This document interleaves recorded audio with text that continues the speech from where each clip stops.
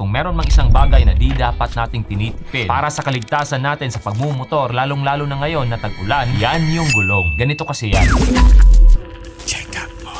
Yes, equally important ang ating riding skills at mga riding gears. Helmet, riding gloves, knee pad, riding jacket, pagdating sa safety natin sa pagmumotor. Pero ang gulong, napaka-crucial din, hindi lang sa overall experience natin sa pagmumotor, pati na rin safety. Well, nakaka-apekto lang naman ito sa stability, sa traction, sa braking distance, load bearing, at fuel efficiency ng ating mga motor. Kaya wag na wag nyong titipirin ang mga gulong nyo. Speaking of gulong, ang pag-uusapan natin sa video na to ay ang bagong gulong ng Honda Click 125i ko, ang Michelin Pilot Street 2. Well, ano bang meron sa gulong na to? Goods kaya siya sa ating mga motorista? At kung marerekomenda ko ba to? Well, lahat ng yan, pag-uusapan natin sa video to. Pero bago ang lahat, a big shoutout muna sa J. Josefar Motor Parts or MOP at sa Michelin Motorcycle Tires Philippines by Tiara. Sa mga kapwa natin dyang motorista na naghahanap ng Michelin tires, lalong-lalo na kung nakatira ka dito sa Leyte o Southern Leyte, pwede niyong puntahan ang J. Josefar Motor Parts, Sofia Motor Parts, o kaya Moto Tire Mania PH. Yung tatlong yan, lahat located sa Ormoc City. Now, meron din silang tindahan sa Cananga Leyte, ang J. Josefar Cycle Center. Now, kung taga-sugod Southern Leyte ka naman, pwede mong bisitahin ang Pamela Motor Parts. Yung mga specific address ng mga ito, ilalagay ko na lang sa description ng video na to. With that being said, simulan na natin ang review. So yun nga, Michelin Pilot Street 2 ang kasalukuyang nakakabit sa Honda Click 125i ko. Ang size ng mga ito is 100 by 80 by 14 sa likod, tapos 80 by 80 naman by 14 sa harap. Now, kung familiar kayo sa Honda Click, hindi ito yung mga stock size na gulong. Pero since 2016, nung nagpalit ako galing sa stock na tire, ito na talaga yung size combination na gamit ko. So kumbaga, dito na ako hiyang. Now, itong particular size ng gulong na gamit ko ngayon, ang specified max pressure ng harap na gulong is 45 PSI. Sa likod naman is 38 PSI. Ang max load naman ito is 155 kg sa harap, sa likod is 180 kg. Anyway, ang Michelin Pilot Street 2 ay nakadesign talaga sa mga scooters at mga small displacement na mga motor. Ang tread design naman niya, kung mapapansin natin, meron siyang grooves sa gitna na maliliit. Tapos sa gilid, progressive grooves naman yung makikita natin. Ginawa nila to para mabilis yung pag-agos or pagdaloy ng tubig palabas or palayo sa gulong. In other words, para maging planted at makapit ang gulong at maiiwasan yung hydroplaning na maaaring mangyari sa gulong kapag merong tubig sa daan. Pwedeng magresulta naman sa isang disgrasya. Now, konting trivia lang. Ang Pilot Street 2 ay inspired sa MotoGP technology. Ang Michelin kasi ay ang official tire supplier ng MotoGP since 2016. Ito yung nagbibigay sa kanila ng malaking advantage para magamit nila ang kanilang know-how at ma-incorporate sa kanilang consumer product. At yun nga, ang halimbawa niyan is yung Michelin Pilot Street 2. Anyway, in relation sa tread design niya, kapansin-pansin din na malalim yung grooves niya. Para naman to, ma-maximize yung mileage ng gulong. Now, gumagamit ito ng special silica-based compound na nakakatulong para mas makapit yung gulong nila, mapabasaman o tuyong daan. At syempre, tubeless tires to at available ranging from 10 inches hanggang 18 inches na rim diameter. At dahil intended to sa maliliit na motor, naka-optimize ang Pilot Street 2 sa agility, maneuverability, pati na rin comfort, lalong-lalo na sa urban riding. Saka according kay Michelin, ang design nito ay nakakatulong para ma-reduce yung rolling resistance niya, para mas matipid siya sa gas at mabawasan ang ingay niya habang tumatakbo yung motor mo. Ang tanong, kumusta ba ang naging experience ko sa gulong na to? Now, for context, mahigit isang buwan ko na tong gamit. More or less, 1,000 kilometers na rin ang tinakbo nito. With that, ito yung mga iilan sa mga napansin ko at naging karanasan ko gamit ang gulong na to. Unang-una dyan sa handling. Isa sa pinakaagad kong napansin dito is that magaan at madali siyang i-maneuver. Napaka-nimble niya, saka predictable. Yung tipong alam mo kung saan pupunta yung motor mo sa bawat input mo sa manibela. Pero hindi to the point na nasa sakripisyo niya yung stability. Kumbaga, hindi siya malikot. Given of course na relatively smooth at maganda yung daan na tinatahak mo. Now, isang bagay na dapat ma-emphasize ko dito is that dapat tama yung pressure ng gulong mo. Kasi nakaka-apekto yan sa riding characteristics ng motor mo. In other words, nakaka-apekto sa kaligtasan natin. Ang tamang pressure nakaka-apekto sa handling, magandang braking performance, fuel efficiency, saka lifespan ng ating mga gulong. Kapag masyadong mababa yung tire pressure ng gulong natin, mabilis itong uminit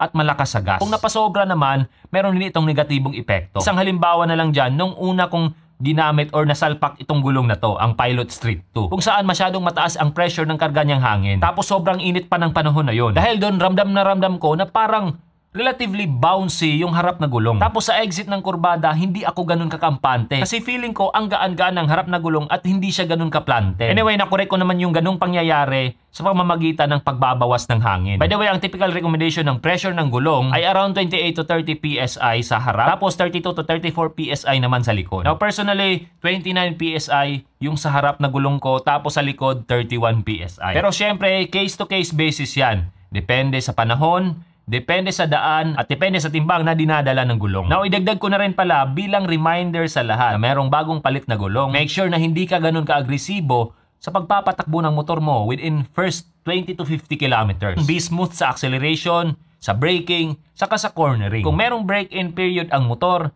meron din sa gulong. Kumbaga, nasa getting to know stage ka kung paano ba mag-react yung gulong mo sa bawat input mo as a rider. Anyway, bukod sa magandang handling, stable din siya, mabilis man o mabagal yung takbo ng motor ko. Siyempre, sinubukan ko siya sa high speed. By high speed, ang ibig sabihin ko lang noon is around 100 kph. So far, maganda yung experience ko. Smooth yung takbuhan, walang unnecessary movement sa manibela. Saka ramdam mo na planted yung gulong. Ramdam ko na makapit siya sa spalto o konkretong daan, especially kung mainit ang panahon. Speaking of mainit, kung bagong labas ka pa lang sa bahay nyo, painitin mo muna ang gulong ng motor mo. Huwag agad-agad maging agresibo sa pagmamaneho mo. Mapa-acceleration, cornering, saka braking. Napag-uusapan na rin lang naman yung braking, ramdam kong nabibigay din niya yung kinakailangan kong deceleration at stopping distance. Pero syempre, we have to take into account na dapat maganda din yung braking system ng motor mo. Saka yung input mo as a rider. By input, ang ibig ko lang sabihin is that dapat smooth ka sa pagpiga ng brakes mo. Kung biglang todo piga ka at magugulatin ka, well, ibang usapan na yon. Pagdating naman sa cornering, well, ito na siguro yung pinaka-the best na gulong na naisalpak ko sa Honda Click 125i ko. Sa almost 10 years na ginagamit ko tong motor na to. Yung tipong confident ka sa bawat liko mo. Mapa-uphill man yan, kaya downhill. Saka dito ko lang nagawa na halos maubos lahat yung tread ng gulong ko. Actually, yung harap na ubos ko talaga, walang chicken strips na natira. Pero don't get me wrong, hindi ko sinasabing pinagyayabang ko to or importante para sa akin to. Actually, hindi ko siya tinitingnan most of the time. Bihira lang yung sa harap, pero this time around, ubos. Hindi ko naman sinasabi na ito'y basihan kung gaano ako ka galing na rider, but this is I think masasabi nating basihan na talagang confident ako sa gulong ko. Yan. Napakaliit na lang.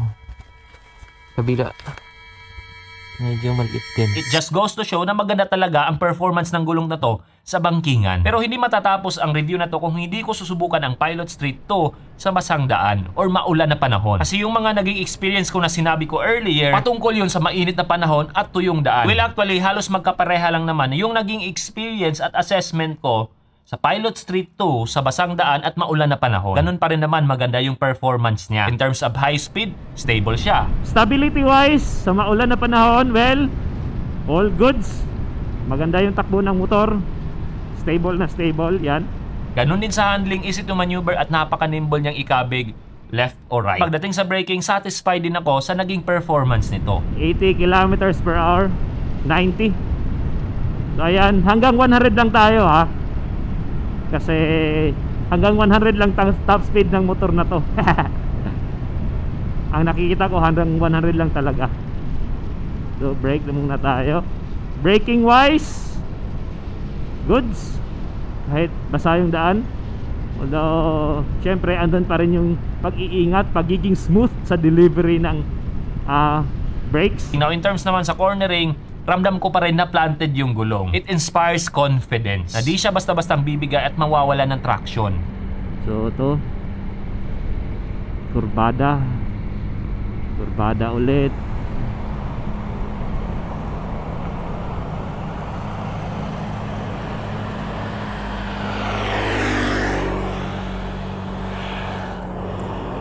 Nagagawa ko pa rin mangurbada with relative ease, pero dapat i-emphasize ko dito na pagdating sa maulan na panahon, sa pagtesting ko ng Michelin Pilot Street 2, andun yung added layer ng pag-iingat, yung added na smoothness sa acceleration, sa braking, saka sa counter steering sa mga kurbada. Hindi tayo magiging masyadong aggressive dito. 60 lang, goods na. Yan, 60. Kumbaga kung sa mainit na panahon, kung ang isang specific corner kayang-kaya kong ikurbada dyan ng 80 kilometers per hour or sabihin na natin 70 to 80 kilometers per hour, kung basa yung daan, binababa ko to, sabihin na natin 60 to 70 na lang. Minsan mas mababa pa nga. Iba pa rin kasi yung nag-iingat tayo. Anyway, bago ko makalimutan, ito yung itsura ng Michelin Pilot Street 2 after ng isang buwan or mahigit 1,000 kilometers na paggamit ko nito. So far, parang bagong salpak pa rin. In terms of longevity, wala akong specific mileage or numbers na maibibigay sa inyo. Kung ilang kilometro ba siya bago mapudpod or palitin. Pero sa tingin ko lang, sa nakikita ko ngayon, makunat ang gulong na to. Now, base naman sa ibang nakagamit na nito, dun sa ibang bansa, umaabot naman ang gulong nila ng around 15,000 to 20,000 kilometers. Pero syempre, maaring maging iba yung actual numbers natin dito sa actual nating paggamit. Magdedepende kasi yan sa riding style, sa road condition, saka sa maintenance na ginagawa mo. Now, pagdating sa presyo, of course, depende yan sa size na bibilhin mo. Now, by the way, sa pagkakaalam ko, ang Michelin tires lang ang merong year warranty after mong ma-purchase or mabili ang gulong mo. Tapos meron kang nakitang depekto sa material o kaya workmanship sa gulong na nabili mo. So kung naghahanap ka ng quality gulong sa scooter mo o kaya sa small displacement mo na motor na di ka ipapahiya pagdating sa performance, maaasahan mo, mapabasaman or tuyong daan, you might want to consider itong Michelin Pilot Street 2. Yun nga yung sinabi ko, huwag mong tipirin yung gulong mo. Safety first. At gaya ng sabi ko earlier, kung taga Leyte ka or Southern Leyte, pwede mong bisitahin ang J. Joseph Motor Parts, Sofia Motor Parts, Moto Tire Mania PH sa Ormoc City. Yung tatlong yan, Ormoc City yan. Tapos sa Cananga, Leyte, J. Joseph Cycle Center. Kung sa Sugod Southern Leyte ka naman, Pamela Motor Parts. Makakapili ka at makakabili ka ng mga iba't ibang Michelin tires para sa motor mo sa mga tindahan na yan. Bukod sa libreng installation at sealant, meron ka rin mga freebies katulad ng t-shirt na suot mo ngayon. Or ito, mga tracker caps katulad nito. Ayan. O kaya keychain. Now kung taga Luzon or Mindanao ka naman, pwede nyong bisitahin yung pinakamalapit na Michelin tire dealers niyo.